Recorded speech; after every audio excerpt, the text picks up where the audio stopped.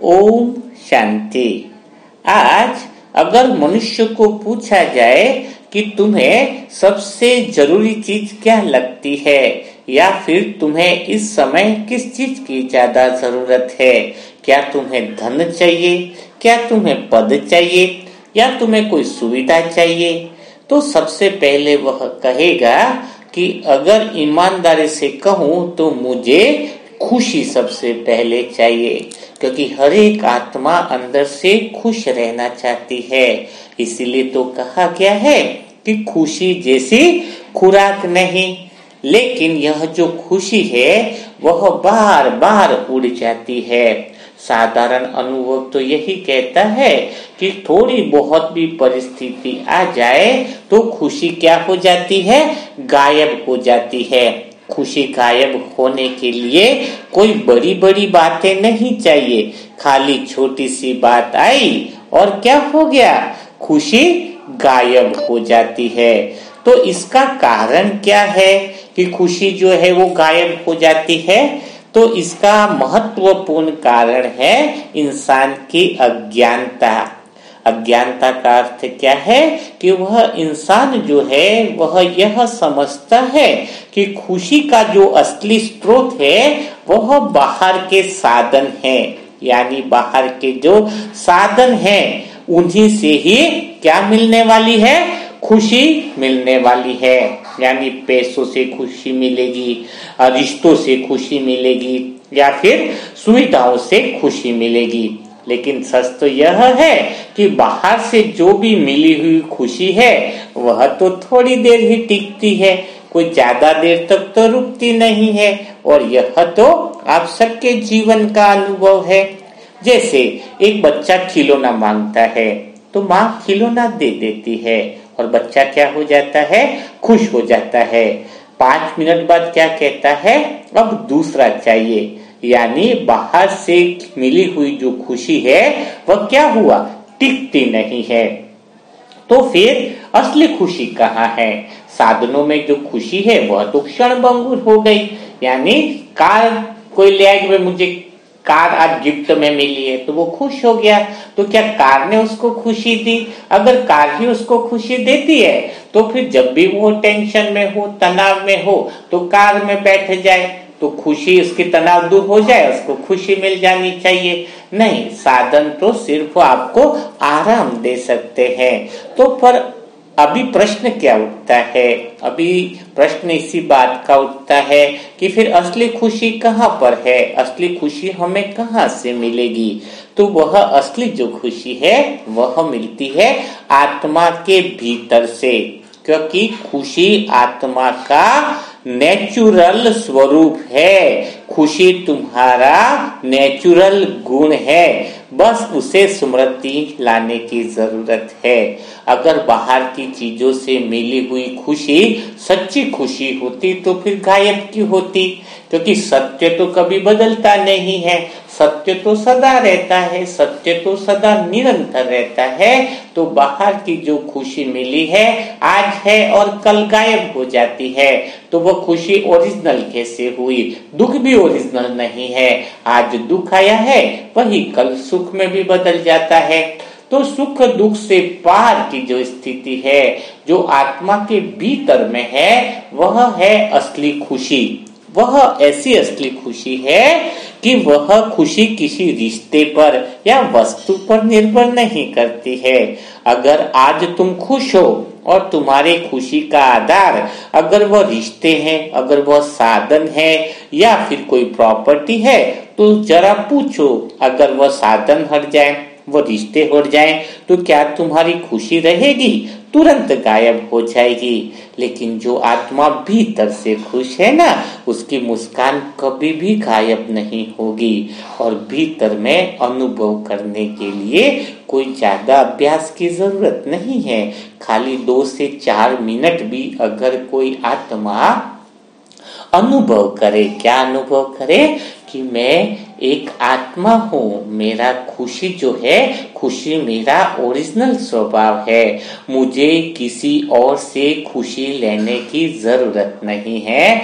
मैं भीतर से यह खुशी अनुभव कर सदा मुस्कुराता रहता हूँ। यह संकल्प भी अगर कोई आत्मा दिन में 4 से 5 बार भी कर ले, क्या संकल्प करना है कि मैं आत्मा हूँ, खुशी मेरा स्वभाव है, मुझे किसी और से खुशी लेने की जरूरत नहीं है, मैं आत्मा भीतर से मुस्कुराती रहती हूँ। तो इससे क्या होगा? इससे आपकी खुशी का जो खजाना अविनाशी है वह बढ़ता ही जाएगा, कम नहीं होगा।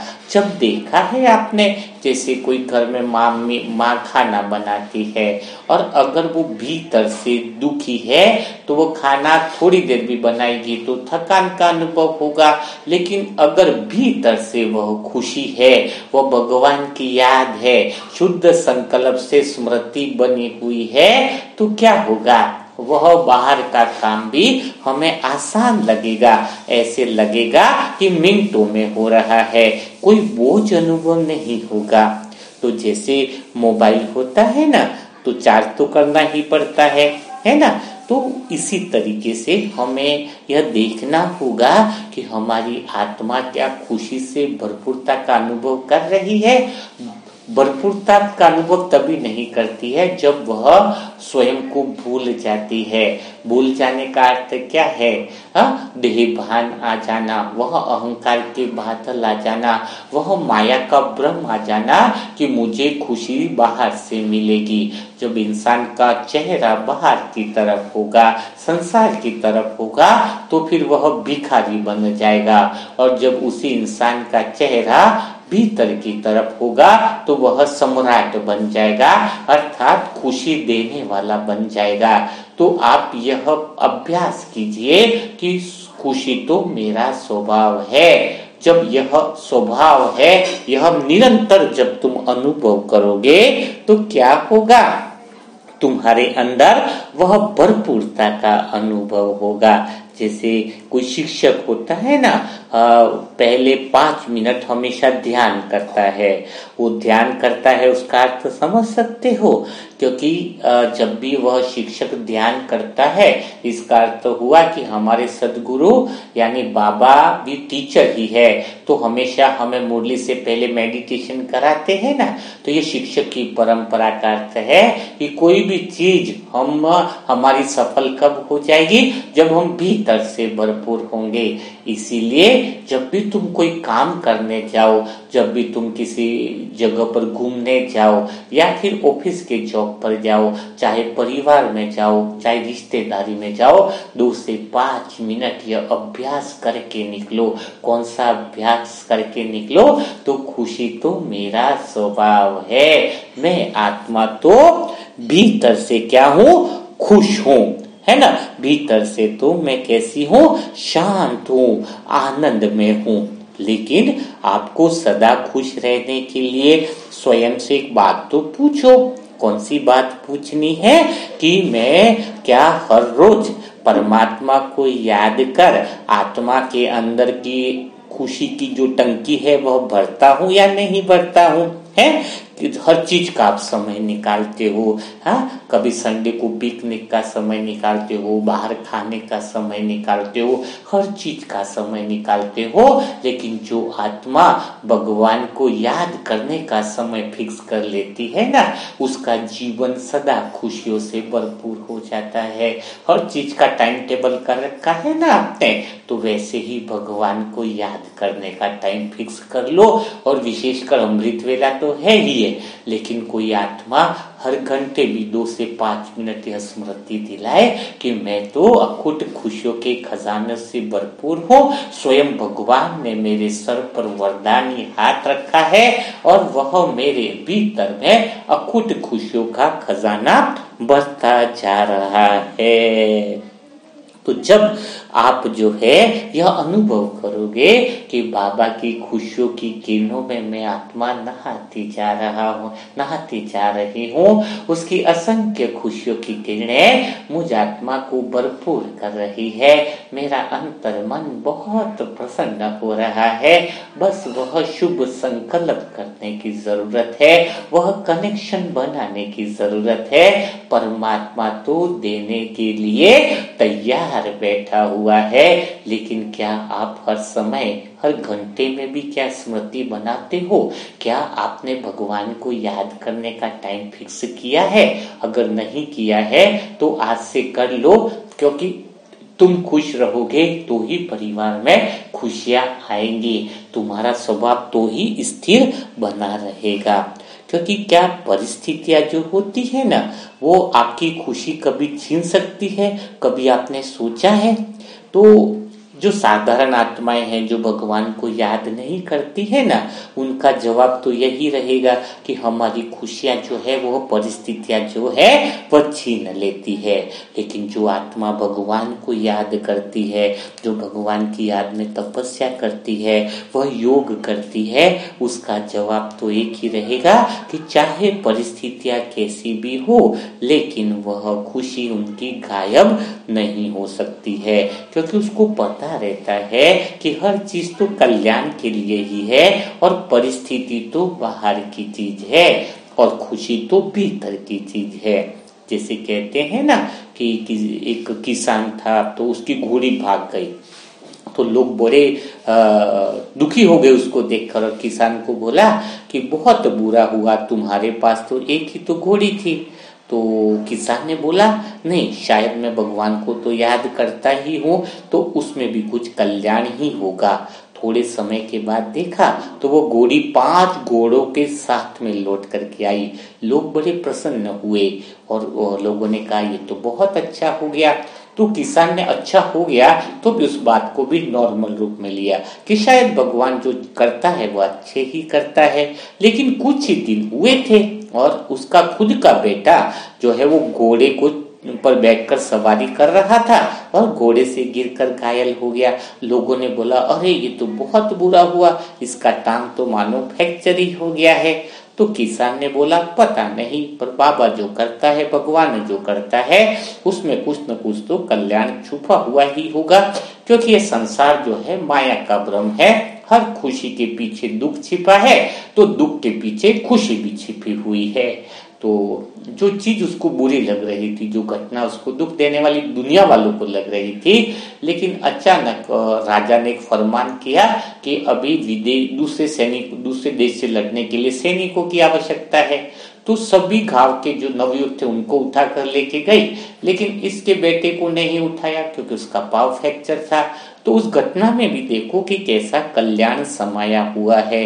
तो मेन बात क्या होती है कि आपने भी जीवन में बहुत बार अनुभव किया होगा कि जो घटना आज बुरी लग रही है वह भविष्य में उसका फायदा हुआ है, और जो घटना आज अच्छी लग रही है उसी घटना ने कल आपको दुख भी दे दिया है। तो आत्मा की वास्तविक स्थिति क्या है? सुख दुख से पार की स्थिति है। आत्मा भीतर से ही भरपूर है, भीतर से ही शांत है, भीतर से ही संपन्न है। तो आप भी अनुभव करो उन पुरानी घटनाओं को। जो घटनाएं तुम्हें बुरी लग रही थी वह घटनाएं तो वास्तव में बदल गई है। तो यह परिवर्तन जो हो रहा है वह प्रकृति में हो रहा है, उसका नाम तनाव नहीं देना चाहिए। यानी आपके जीवन में जो भी घटनाएं घटित हुई उसका एक ही नाम है, क्या है? परिवर्तन।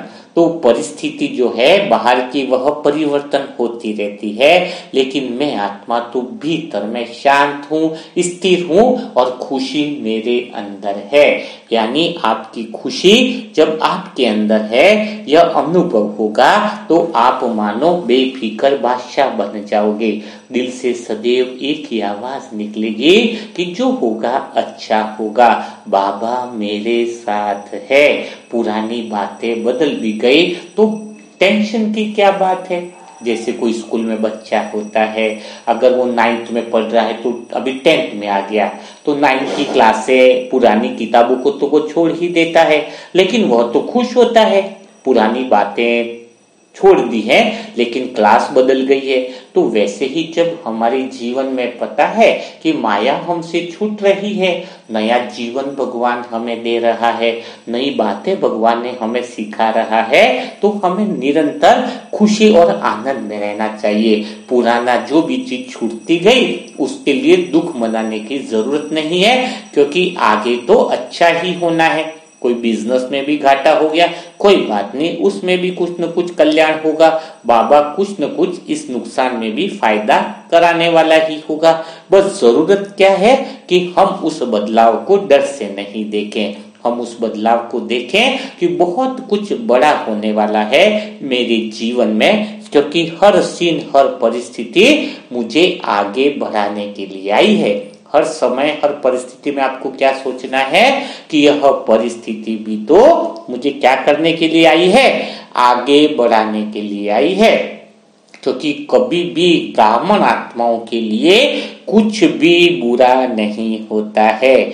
आपके जीवन में कोई भी घटना उस समय बुरी लग सकती है, पर बाद में आप अनुभव करते होंगे कि उस घटना में भी अच्छाई छिपी हुई है ना। बच्चा साइकिल सीखता है तो गिरता है, चोट भी लगती है, लेकिन गिरना भी तो अच्छा है ना, क्योंकि बच्चे को अनुभव होता है अगर मैं गिरता भी नहीं तो सीख भी नहीं पाता। तो इसीलिए कोई भी घटना जिसमें आप गिर रहे हो, परेशान हो रहे हो, लेकिन वह परिस्थितियां जो है वह आपको मजबूत बनाने के लिए आई है, वह आपकी कमजोरी को हटाने के लिए आई है। तो दिन भर इसका अभ्यास करें कि स्वयं भगवान मेरे साथ है, भगवान की खुशियों की किरणें का प्रवाह निरंतर मुझ आत्मा पर पड़ता रहता है। मैं आत्मा भीतर से भरपूर हूँ, मैं आत्मा खुशियों के खजाने से भरपूर हूँ। मेरी खुशी जो है वह बाहर की कोई भी परिस्थिति जो है वह छीन नहीं सकती है। चाहे बाहर से कैसी भी परिस्थिति बदलने वाली क्यों न हो, मैं भीतर से शांत हूँ, स्थिर हूँ, और स्वयं भगवान मेरे साथ होने से मुझ आत्मा का अकल्याण हो नहीं सकता है। इतना दृढ़ विश्वास रखना है तो आप आत्माएं फिर क्या बन जाओगे, बेफिक्र बादशाह बन जाओगे।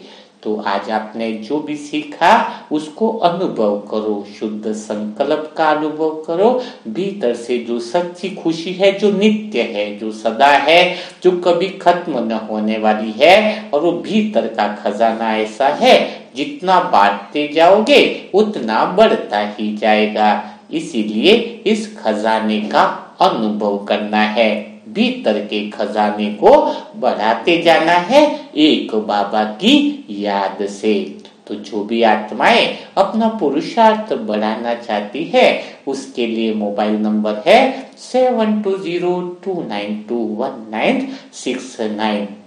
इस पर अपना नाम लिखे, सेंटर का एड्रेस लिखे, तो उनको पुरुषार्थ बढ़ाने वाला यह जो ग्रुप है, जो डेली के टास्क है, उसमें शामिल कर दिया जाएगा। तो अब समय बहुत कम है, नाजुक है, अपनी पुरुषार्थ की गति को तीव्र बढ़ाओ। तो कल फिर हम मुलाकात करेंगे ऐसे ही सुंदर अनुभव वाले सेशनों के साथ साथ। तब तक के लिए सभी मेरे प्यारे खुशहाल भाई बहनों को, खुशी से भरपूर आत्माओं को ओम शांति, ओम शांति, ओम शांति।